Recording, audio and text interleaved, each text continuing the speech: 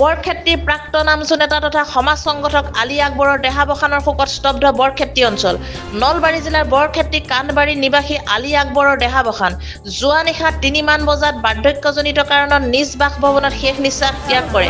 বৰক্ষেত্ৰীৰ সমাজ সংগঠক তথা বৰক্ষেত্ৰী আমচুৰ গুৰি ধৰোতা নেতাৰ বিয়োগৰ শোকত স্তব্ধ বৰক্ষেত্ৰী অঞ্চলৰ লগতে আমচুৰ পৰিয়ালবৰ্গ।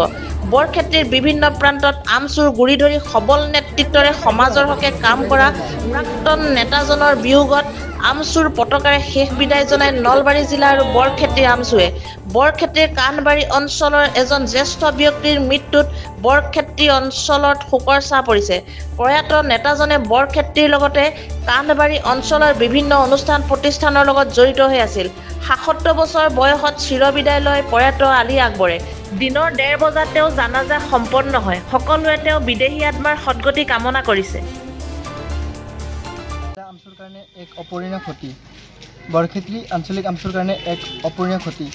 আজি কানবাৰী স্থিত আলী আকবৰ চাহেব, যিজন আলী আকবৰ চাহেবে আমাক নেতৃত্ব দিছিল বলিষ্ঠভাৱে এই অঞ্চলৰ কেৱল আমচুতে নহয় বিভিন্ন অনুষ্ঠান প্ৰতিষ্ঠান বিভিন্ন অনুষ্ঠানৰ লগত তেওঁ বলিষ্ঠভাৱে সক্ৰিয়ভাৱে আজিৰ তাৰিখতো জড়িত হৈ আছিল।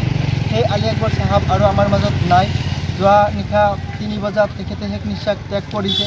আমি তেখেতক আল্লাহ তালাই ভাল জেগাত ঠাই দিয়ক, জান্নাতত ঠাই দিয়ক, আমি তাৰ কাৰণে দোৱা মাগিছোঁ।